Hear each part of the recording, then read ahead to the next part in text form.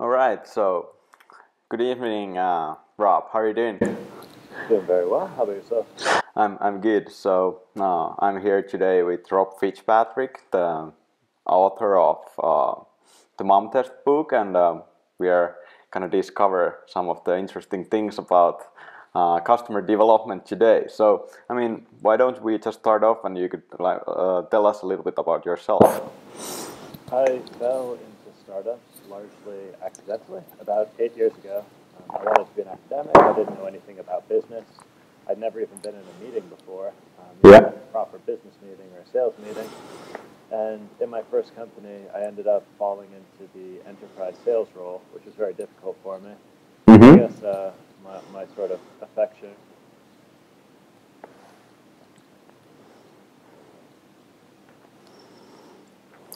I was just wasting my time, and I couldn't understand. It's like, why is this happening? I'm talking to customers. Why is nothing good going on?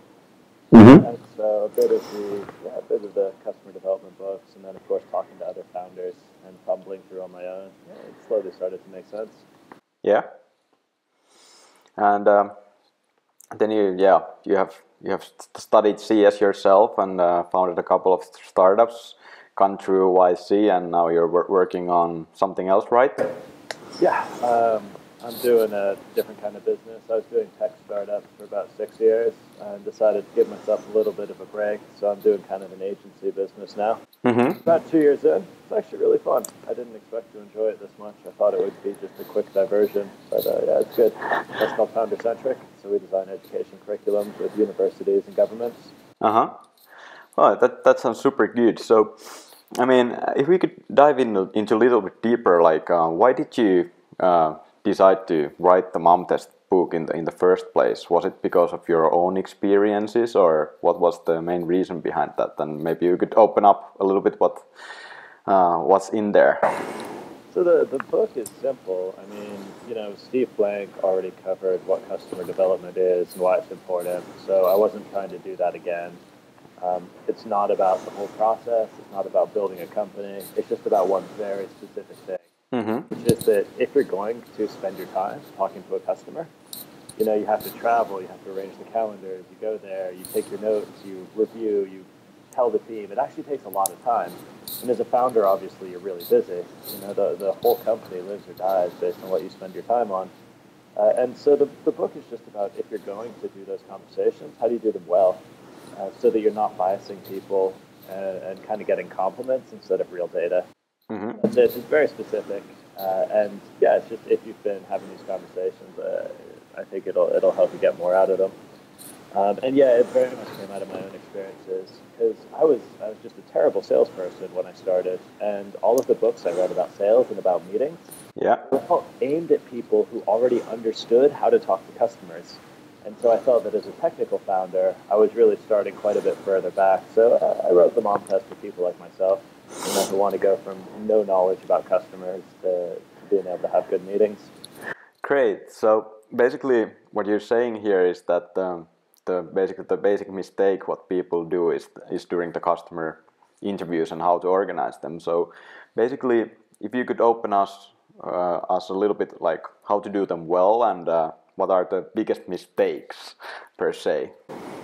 Yeah, say I go to someone, I've gotten an idea for a travel planning app, and I go, hey, I've got a great idea for a new app. It's going to help you figure out which flights you should buy and fun things to do on your trip, and it'll help you share expenses with your friends. It does all these awesome things. What do you think?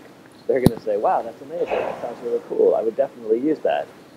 Because you just pitched to them, and so you're going to get compliments in return. And even if someone is trying to tell you the truth, it's still just their opinion. That's not real data. That's not real evidence. But if you go into that same conversation, and instead of pitching your idea, you ask them questions about their life. So you say, hey, what's the last trip you went on? They say, oh, 3 months ago, I went on this work trip. And you're like, how did you decide where to go? And they're like, oh, well, I had a little bit of spare time. So, I just checked out blogs. I did this. I did that. You're sort of like, well, did you look for any apps? They go, oh, no. Why would I look for an app? You go, okay, that's really interesting. So when we pitched our app, people said, I love it. I would definitely use it. When we asked what people are already doing, No one's searching for apps. No one's looking. They don't need it. And that's just a simple example. You talk about your idea. You always end up biasing people, getting compliments instead of data. Mm-hmm. And the hardest part, in your opinion, is to just like usually just go in and pitch to people instead of like asking how they do things in real life. Is that right? Yeah, you just talk to them about their life. You find out what they're already doing, find out why they're making those choices and doing it that way. And that gives you so much insight. So I never ask for feature requests, for example. I never ask for people's opinions about my product, at least at the beginning. Later on, as the business gets more mature, you have analytics and you've got real information. It's like that's how you figure out what people think of your product. But yeah, the beginnings is really just I keep it totally focused on them and their life. And for me, the best interviews are the ones where they don't even realize I had a business. They think I'm just talking to them. Oh, that's cool. So, what you're thinking, like, in terms of thinking through the model Steve Blank has created. So the first step is going to and trying to find the problem solution fit. So, what's your thinking on going from the problem solution fit to actually to product market fit? That's a little bit different thing, I think. The way I think of it is like learning and then confirming. So learning is sort of the discovery stage or the problem, whatever. And all I'm trying to do at the beginning is just learn everything I can about my customers' life and worldviews. I want to know what their frustrations are, where they're spending money, losing money, making money, just everything that's relevant to them. I want to know what tools they're using, why they chose those tools, which other tools they've tried that they're not using. And sometimes there's not an explicit problem. Like if you're making a game, it's not like people have what do you like having fun? Yes, I do. Would you like to have more fun? Yes, I would. Yeah. You're not going to get that, but you can figure out like where they learn about games. Do they search for them? Do they browse through Steam? Do they scan the top 10 in the App Store? So you can always learn something. But it's all about them. Then later, you've learned all you can by talking to people. And so you come back to confirm it. You come back to validate it. And in that case, I'm bringing them a concrete offering, and I'm asking for commitments. So at this point, as soon as I mention my product, I say, hey, here's my product. I understand everything I can about you. This is what it's going to be. But I don't just settle for them saying, oh, it's really nice. I love it. But that's a compliment. That's no good. You go, here's my product. Will you commit to it? Will you give me some of your time, your reputation, your money? Will you give me something of value in exchange for access to this product? And by forcing people to give you something of value, that's how you get around the biases at that point. And then later it naturally transitions into sales. And once you go from a couple people paying you to lots of people paying you, you could argue that that's a gradual shift into product market fit. Yeah, that's interesting. So basically, I have read your book. I think it's great. Like not too long of a handbook and really practical and gives really practical insights how to do customer development. So I mean, if I'm an entrepreneur, I want to learn how to do customer development. Where you can get the book? It's at momtestbook.com, or you can find it on Amazon. There's some videos and stuff on momtestbook.com, kind of talking through the major ideas. So if you're not sure you want to pay for it, that's a good place to go. Get a bit of a sample. Yeah, I think the videos are great as well. So you can kind of get an overview what you have been going through and how you think about customer development. So everybody should definitely check them out. But I mean, if we go or change the topic a little bit, like you have founded a couple of startups yourself, and I mean, if you could kind of open to our listeners what those startups did and what kind of hypotheses you had in the first place and what you kind of learned the hard way, so to say. Sure, yeah. The first company, the kind of thesis was that big brands and advertisers really wanted to use social media. This was when Facebook and Twitter were quite new. But they were scared of it. That people would say nice things about a brand, and the brand would want to show that off, but they'd also say lots of negative things. So our thesis was that we could put a curation layer in front of the social web so that you could like pump social data into advertising campaigns in a fairly low risk way. This is stuff that's pretty commonplace now, but at the time it was pretty new, and the brands and the agencies were excited. I would say the biggest mistake we made there is we chose a business that just weren't very good at executing on. Mm-hmm. Like we had a great team for a different business. We were two programmers, a designer, and an artist, and we ended up building this like hardcore advertising play that depended on a lot of enterprise sales. We went through YC, like you said. We raised a couple rounds of funding from good investors, and we ended up getting some good customers like Sony and MTV. But all of those victories was way harder than it should have been, and we probably wasted almost 2 years where I was just trying to learn sales. So I guess my big takeaway there is like play to your strengths. You know, there's so many businesses that team would have been excellent at. After that, I did a few little fun projects. Did some software for universities to help them do tech transfer to basically spin out their patents into businesses. And we got about 2,000 businesses started through that software. But what I learned there is that budgets matter. And as much as the universities loved our tools, like none of them could find budgets to pay us. So it's a funny thing where like they wouldn't pay us, but when we shut down the service, they were really pissed off at us. They were like, "Why did you do this?" And it's like, "Well, you wouldn't pay us." So that was like a lesson in asking the scary questions early, because I never wanted to ask about budgets. You know, I was like, "We'll just get them using it, and then we'll get their money later." But actually, it's like sometimes there just is no money. So you gotta figure this stuff out. I did a couple little goofy projects. When I was bankrupt, basically, or out of money after the first company, I didn't want to get a job, and I needed to, like, I wanted to keep my time free. So I spent my last bit of money to rent out a warehouse and ran a co-working space out of it. That was really fun for a year because I had to be there physically, but all my time was free. So that's where I really, like, I think learned a lot, met a ton of entrepreneurs, like, really got hooked into the London startup community. That was a fun one. And then recently I did a Kickstarter campaign for a card game. So it wasn't huge, but we raised about 60 grand, and we're able to then use that as evidence to get a publisher to take the game off our hands. So now they do all the hard work, and we get a royalty check occasionally. And that was kind of fun. I guess from that one I learned that the real world is difficult. Manufacturing is an absolute nightmare. Yeah, that's interesting. So if you could kind of even open up a little bit more about some of the hypotheses you had. So like, for example, that university thing, you thought that you would get money, but eventually they weren't able to pay for the amount you were asking for. So did you have any other kind of hypotheses when you started your own companies, and what kind of, how you validated them then? And Yeah, we had one fun one during the advertising business, my first one, where we believed that there were all sorts of interactive advertising products, social advertising products. It's such a boring industry, but we at the time we were very excited. We're like, this is going to be awesome, and we thought that people would pay us a percentage of their total media spend to basically use our tech, but we didn't know exactly what that tech should do. So one of the little, I guess, we had maybe 12 different ideas for different products, for different white label technology. And one of the ways that we tested that is we went to a demo day at the Guardian newspaper. They were doing like a new media demo day, and all the newspapers and advertisers and everyone were there. And so we just presented all 12 ideas as if they already existed. So we said, this is our portfolio of interactive advertising solutions.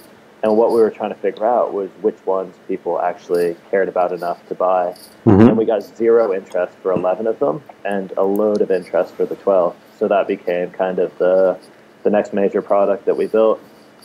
That's interesting. So basically, if we could kind of then go from thinking about like what kind of hypothesis you have, and then kind of how you actually build real products out of the customer development kind of interviews and things you kind of learn. So if you could give us some examples, like for your own companies that you have built, like how did you create the first product? What did you include in the first product and the first versions? So one of the products I worked on more recently, we ended up throwing it away because I foolishly started two businesses at the same time, and so one was doing better than the other after about 6 months. But one interesting thing that happened as we were starting it, it was meant to be a marketplace to help conferences find and hire public speakers. And over time, we believed that we could expand that to lots of other verticals. So if someone wanted to hire a freelancer or a consultant or who knows, any of these, like where you hire someone for one job, And our big, I guess, initial hypotheses were one that speakers would want to get all these emails inviting them to conferences, and that they wouldn't consider that spammy. And secondly, that conferences would be willing to pay for introductions. And that was a case where we already understood the market pretty well because we'd spent time in it. We'd talked to lots of speakers, lots of conference organizers. We'd been speakers, we'd been conference organizers. So I didn't feel like I needed to go out and do dozens of interviews. Instead, I went straight to them with a pitch. And I said, do you want to commit to this? And basically, the simplest model we could come up with was, we'll introduce you to a speaker for 20 quid. So tell us the type of people you want, and it's £20, so about $35 per introduction. And we didn't build any technology. We just sent emails. We sent emails to 100 speakers. We said, hey, would it be spammy if we invited you to conferences, or would you be happy about that? All 100 of them, pretty much. It was amazing, the response rate. We're like, that would be amazing. Please, yes, definitely send them to me. And we gave them a really long Google Doc to fill out. It took like an hour because we wanted to make sure they were serious. And then we went to conference organizers. We just found them on Twitter and stuff. And we said, hey, we've got a whole bunch of speakers on our platform that we represent. Tell me who you want, what type of speakers, and we'll introduce you. So no technology built yet. It's a Google form and, you know, a couple hundred emails. And by the end of the day, we'd made 52 introductions. So it's like, you know, 1,500 in revenue, US. And we had a ton of other problems, you know, later down the line. But I thought that was like a really nice example. And then every feature we built over the next few months was just the technology to make that manual process more efficient, you know? Yeah, so basically, like, that's also something that YC talks about quite a lot. So basically, like, not doing something scalable during the early days, but instead of kind of doing some of the stuff yourself and validating the MVP, so to say. Exactly. And I think there's a myth about customer development that it can give you all the answers, and it can't. It's just one tool, like, alongside all the other tools that an entrepreneur has available. So asking good questions is super important, and it can help you a lot. But, like, it can't answer every question. So you ask questions to understand broadly what's going on. Then you might, like, do a concierge MVP or a pitch, or try to sell something, or do it consulting based. You go off and you build something. It's like the building and the talking really go hand in hand. So I think sometimes people learn about customer development, then they want to spend like too much time doing interviews. But it really goes back and forth, like a little talking to people, a little building. It's like, you know, step by step. Yeah, that's a really good point. So kind of if we dig a little deeper into that, so basically you build a little product, then you interview some people. I mean, could you give us some examples of some of the experiments you run, like while building the companies you have mentioned earlier?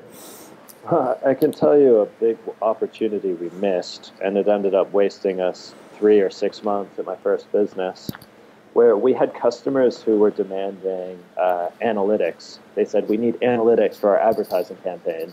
We said, oh yeah, analytics, that's very important. Absolutely. We thought we understood what they wanted because they told us, give us analytics. We said, yes, perfect. So we went off and we spent 3 months and we built this amazing analytics dashboard. It had interactive graphs and it was animated and it was beautiful and you could investigate your data and slice it up. And we were really proud of it. And all the data was real time and it was great. And we showed it to them and they said, oh yeah, cool. Could you just send us this information, like, to our email? And we said, but you can do it all yourself. But yeah, sure. So we did it. And the next week again, they said, could you just email us this information? And it was driving us crazy because we built them this great dashboard. And, you know, eventually I got pissed off and I'm like, no, I won't email it to you. We built you this great dashboard. Why do you want these emails? And the woman said, oh, we don't ever use the data. I just need something to send to my boss so that he knows we're doing work. And I was like, oh man, like if we'd actually worked more closely with the client, you know, like our customers, we could have figured out that they just needed this tiny little feature. We could have finished it in a matter of hours, but instead we thought we knew what they wanted, you know? And so we said, okay, yeah, we got it. Then we ran back off into our lab and just like wasted 3 months. So that's it. I mean, it's trying to keep the dialogue as open as you can throughout this whole process, right? And never just giving yourself months to hurt yourself.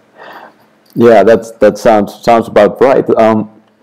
Then if we could discuss a little bit about some of the methods, kind of practical, kind of did you use any kind of user persona things or, business model canvas and those kind of things, and how you find them yourself and how you have seen other entrepreneurs how they think about those kind of tools or models.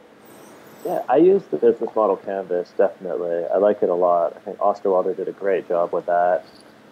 The way I use it now is mainly as a quick sketch. So I might spend 2 or 3 minutes on a canvas, and in 20 minutes you come up with 10 or 20 different versions of your business model. If I find one I like, I take a picture. We have a Dropbox folder for my team, which is just hundreds of business model options. And then you throw it away and you don't worry about it too much. I used to use it as a dashboard and a bunch of other stuff, but now I find that the main way I use it is just to help myself think about a possibility. Apart from that, I really don't use too many tools. Obviously, we use like the financial tools and stuff, and like sales funnels and metrics funnels. And the only other one I do before I go into my my meetings with the customers is I basically do 2 things for my prep. I write down the 3 things that I'd most like to learn from them. So just 3 things, more than 3, and it turns into like question number 1 is it gets kind of boring. I like to keep it conversational. So just 3 things I want to learn, and usually you can figure that out in like 5 minutes. And then the commitment that I'm going to ask for at the end of the meeting. So am I going to ask for a next meeting? Am I going to ask to speak to their boss? Am I going to ask for a case study, for a testimonial, for a deposit, for a letter of intent? So there's some commitment that I'm going to ask for so that I can figure out how serious they are. And so those 2 things, plus the canvas, and then also lots of talking to other entrepreneurs. So we do a brain trust or a mastermind group. So we get together regularly with other founders, and it's just like, this is what I'm thinking of doing. These are the problems I'm having. And you know how you always know what's wrong with your friends' relationships, but you can never fix your own? Yeah. It's the same with businesses. Like, your friends can always see the problems with your business better than you can. I make a lot of use of that. Yeah, that's also like something really great we have seen here in Finland. So founders just get together and discuss about things, and that's something that didn't happen before. And I mean, it has been great, and some great success stories have come out of here as well. So that's a really good tip.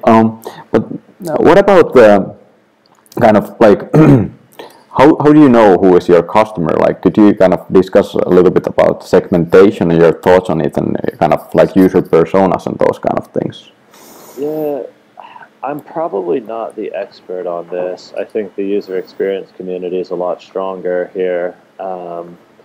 The kind of way I like to get started is I don't necessarily try to find the best customer, but I choose the customer who I have the best access to. So they may not be the most profitable, but they're the ones that I can just pick up the phone and go, hey, I want to come in and talk to you. And they already know me and they take me seriously. And I find that just being able to do that really quickly at the beginning, it helps so much. If you have to wait for weeks just to get a meeting, or you have to like do this big song and dance to get them to take you seriously, it slows you down hugely, and it hurts your business. So I go with easy access, and then over time you can optimize it. If you talk to 10 people and 3 of them love it and 7 of them hate it, then it probably means that there's multiple customer segments in that group. Or, I mean, some could be late adopters, early adopters, whatever. Mm-hmm. You look at the 3 who liked it, and I take pretty good notes from my meetings. So then you're like, wait, that person looked at, you look at all your notes, and you're like, what's similar about those? And then you just try to spend more time with those people. And yeah, that's it. And I guess the other thing I would say about segments, like if you think about universities, everyone thinks like, oh yeah, universities, that's a segment, but it's not really. Is it university professors or university administrators? Those are 2 different segments. There's dozens of those within a university. Then you've got like, is it universities who are world-class, like Oxford and Harvard? Or is it who want to stay the best and stay differentiated and have big budgets? Or is it universities who are in the middle who want to rise in the rankings? Or is it universities at the very bottom who don't want to have their licenses taken away? So it's like you're providing different offerings. And so I think sometimes people like, it's a category. It's like, it's students, it's parents, it's universities, but it's always a bit more detailed than that. So I would just push yourself. It's like, within the universities, which are the ones who are going to most like what we're doing. Yeah, that's a really good point, and maybe especially for technical founders, because I mean, sometimes they are not the most outgoing persons and do not really understand that much about interactions with customers.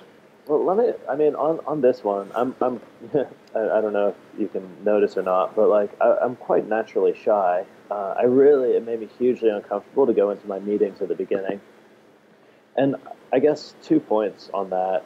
One is that um, people get nervous because they think they need to sell and pitch and convince. And that's quite an awkward social experience if you're not used to it.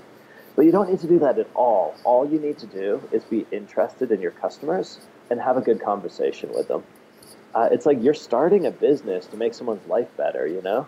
You're trying to create joy, you're trying to remove pain, you're trying to give them awesome new technology. You just like talk to them, you know? You should be interested in their life. So when you think of it as a conversation rather than a sale, that makes it a lot less intimidating. And the second thing is that over time, you'll build up expertise in your industry. And at that point, people enjoy talking to you because they learn so much just from talking to you. And so at that point, people stop going like, oh, yeah, fine, you can have 10 minutes. They go, oh, my gosh, could you come in for an hour? I want you to talk to my whole team. We've got to learn everything you know. So it's like if you're shy or if you're nervous or if you're awkward, just like, those are my advice. Keep at it. You'll get better. And like treat it like a conversation, not like a sale. Yeah, that's a really good point.